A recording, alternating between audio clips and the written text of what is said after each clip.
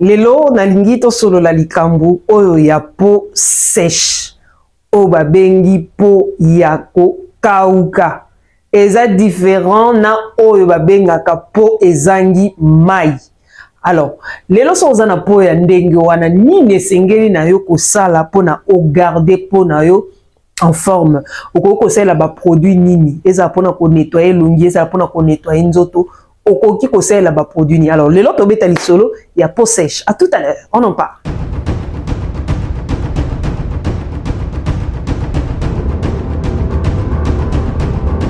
Voilà, moi de partout, merci Nandenge Tokutani sous lelo, Isaka toujours et sengo vraiment il y a pour partager Nabino. En tout cas boye ibola muso ki mbalali boso o boyambi biso et pas Nabino, o pe bazar Nabiso déjà. Vraiment merci beaucoup pour na soutien Nabino.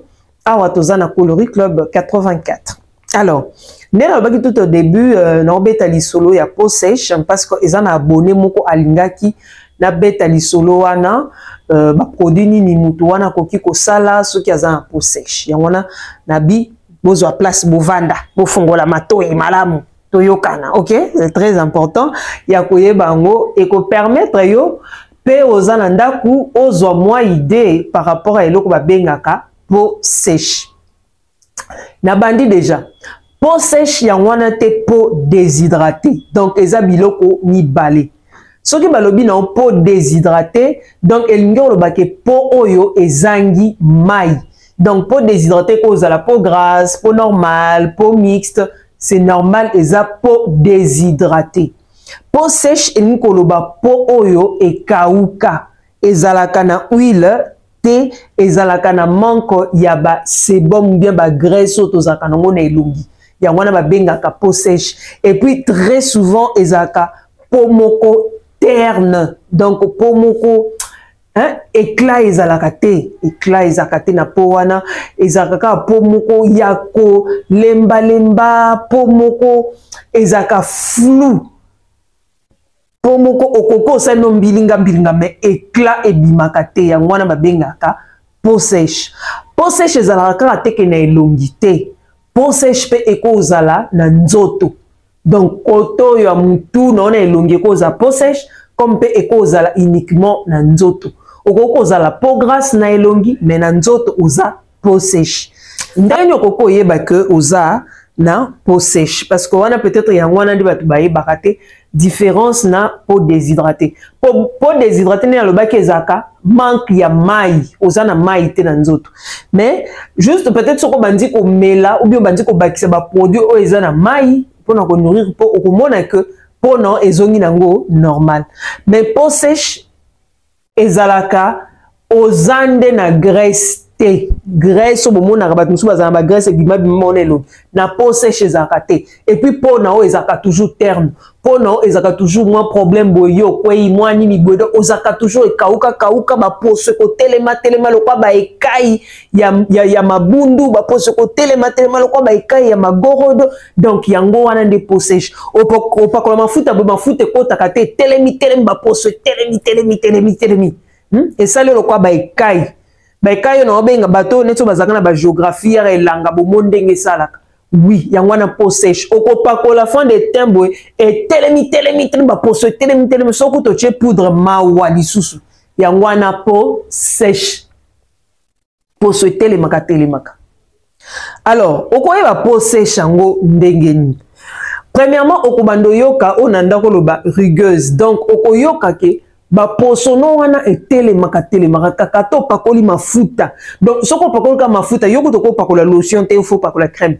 Soko pakoli ka mafuta komona poso telemi kangami et ça on dirait ba ekai moko monya kolongola mabundu.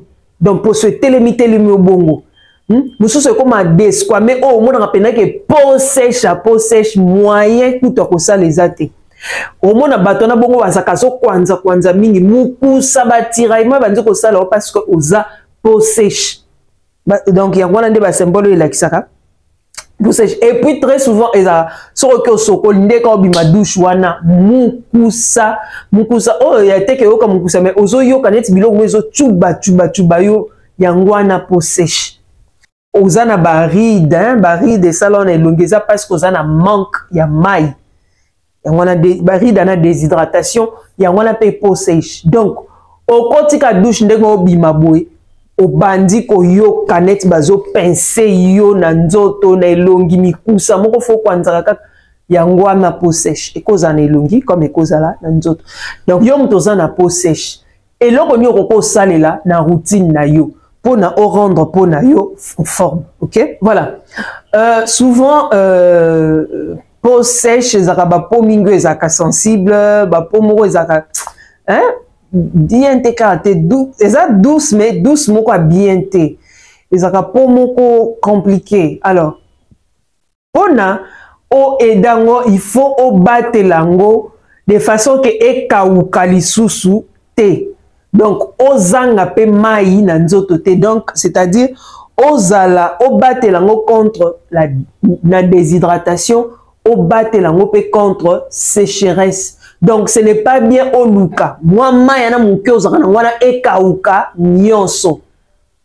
Ce n'est pas bien, c'est dangereux pour na muto azana peau sèche.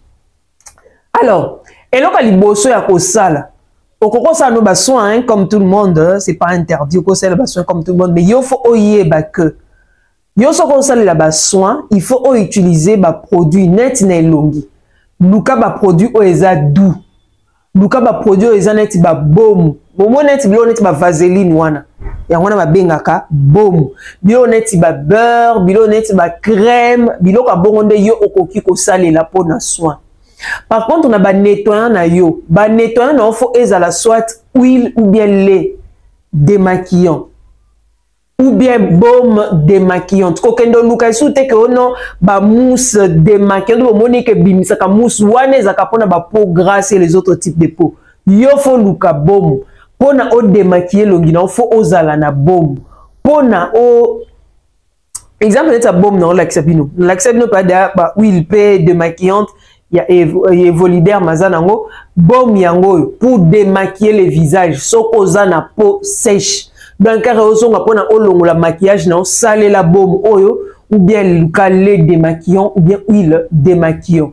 Alors c'est mieux aussi ya kosala lango mingi na pourquoi tu te démaquilles le visage uniquement le soir pona aider yo donc au démaquiller na baume na yo soko kosala la double nettoyage luka savon o eza doux pona osale la par après kolinga kosala ba produit ya makasité pona nzoto okoko pakola ba crème ya nzoto ya lotion te okoko ndosala la lotion te donc lotion ne bomono ya milangi ya milai te yo lukaka ba crème ezalaka bien pona peau ya muto aza déshydraté na lobela ba crème éclaircissante te wana ezelo mususu non mais là ba crème eza nourrissante hydratante OK ce sont là les produits oyokoki kosalela ba crème bouée donc oki ko salila pona et permettre ce que pona ezala nourri pona mai ezonga kokendo lukate ke osala ba lotion makasi non lotion ko te ko simba te po à la minute ozo pa ko la lotion okomona ke ekota kambala moko na popo na ezongi kauka.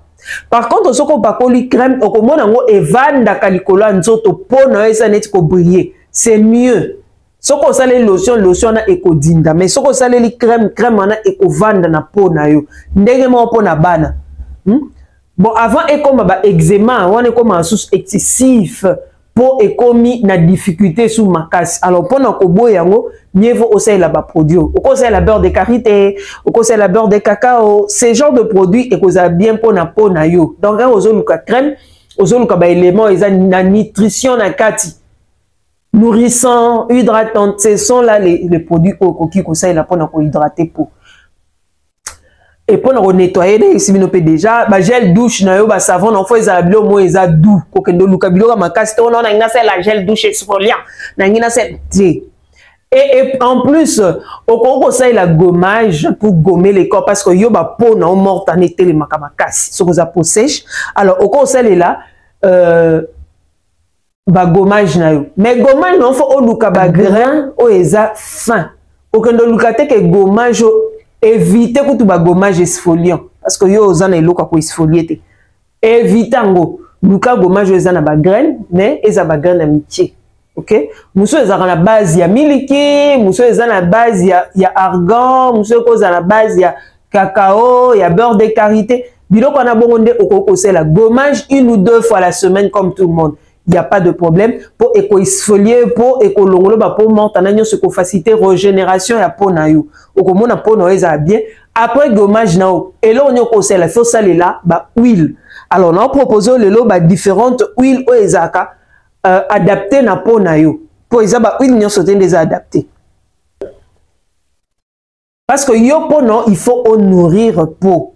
À part gommage, le soir, il faut toujours aux alana huile végétale. C'est très important. Oui, bah huile végétale, on a adapté na type à peau na yo. Oui, la bourrache, elle a bien parce que c'est hydratante. Oui, elle est hydratante, assouplissante et puis nourrissante. Yango, elle a bien parce que elle possède des propriétés anti-rides. Donc, elle a bien pour la peau na yo et hydrater peau sèche. Éco-hydrater et puis éco-nourrir peau sèche. Alors, deuxième huile, est la huile de pépins de figues de Barbarie. Huile, est bien parce que est hydratante, antioxydante et qu'on facilite réconfort et régénérer réconfort na peau na yo, surtout peau sèche et sensible. Na c'est mieux que la peau ane zarapé ma casse. Et qu'on nourrir en haut et qu'on permettre à ce que fil hyprolipidique qui a protection en peau na biso. En tout cas, et qu'on facilite le renouvellement nango, c'est mieux d'utiliser des huiles de pépins de figues de Barbarie. Ce qu'on a la peau sèche. Oui, au coco, ça va hydrater ta peau. Troisième huile, c'est l'huile à coco. Alors, huile à coco, est bien parce que est déjà naturellement riche en acides gras insaturés. Est bien parce qu'elle nourrit sa peau sèche en profondeur et qu'on nourrit vraiment peau en profondeur et puis et quoi assouplir en haut.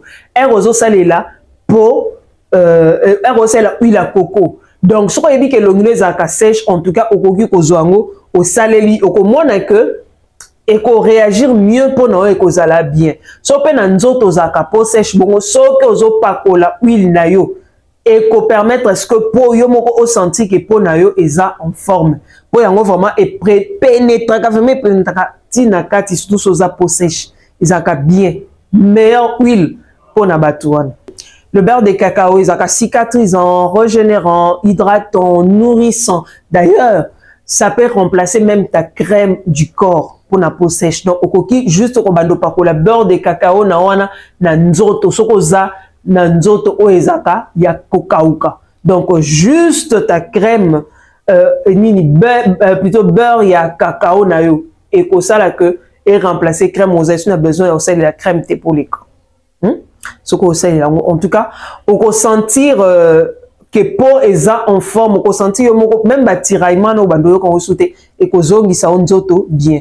Mais c'est mieux pour les corps par rapport au visage. Dernier élément est beurre de karité. Riche en acides gras et puis essentiel hein?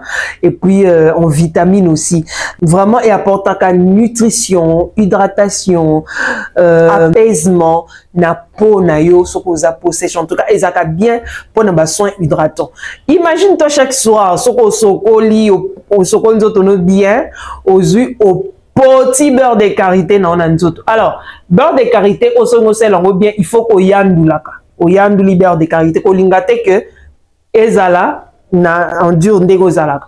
Alors au coquin aux oignons c'est le tolobi au sel et la lotion éclaircissante bateau bazaka peau sèche mais aux recourir na ba produit au eza éclaircissant et cause na sûr que mieux vaut au lukaka crème éclaircissante ou crème hydratante pour la journée. Le soir lukaka ba crème au eza éclaircissante so ko ebinet au sel la ba crème wana OK au luki beurre ya karité na yo o yanduli beurre na karité ta décuillerée au sopi na kati crème mana au baloli et qu'on facilite à ce que pour na yo ezala nourri. Donc on pakola sous thé on pas pakola lotion ya pamba eza éclaircissante sans beurre de karité sur aux peau sèche. Mais ils sont déjà que peau sèche za ba tiraillement. Donc au coquille ko c'est là-bas ingrédients sont dans la kissu.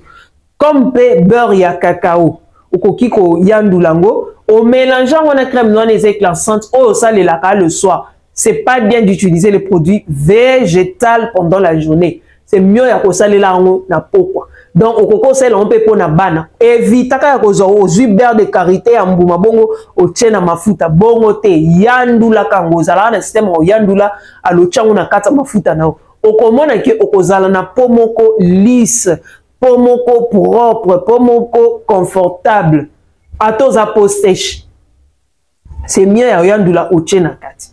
Alors soko ebi ko sela ba huile végétale les pour le soir sous soit aux huile na yo soko ebi ko pakola ba produit les éclaircissants aux huile wana soko pakoli produit éclaircissant oye ko sceller hydratation c'est-à-dire okoya ko bakisa huile wana likolo ya mafuta wana éclaircissant ou ba produit éclaircissant au salila na tongo éviter oloba ko na bandino na démaquillage non les matins sur za peau sèche au croti douche no sokolo bimi aux huiles mafuta no hydratante au pakoli aux huiles crème anti-solaire non so pour banana sérum à vitamine C oche éviter ba soin yo okoko ozanga mai wana te o ba pompaka pour na elongi pour hydrater la peau na l'accès bino ngo a déjà mbalebeli o pompa ngo na elongi na yo c'est tout.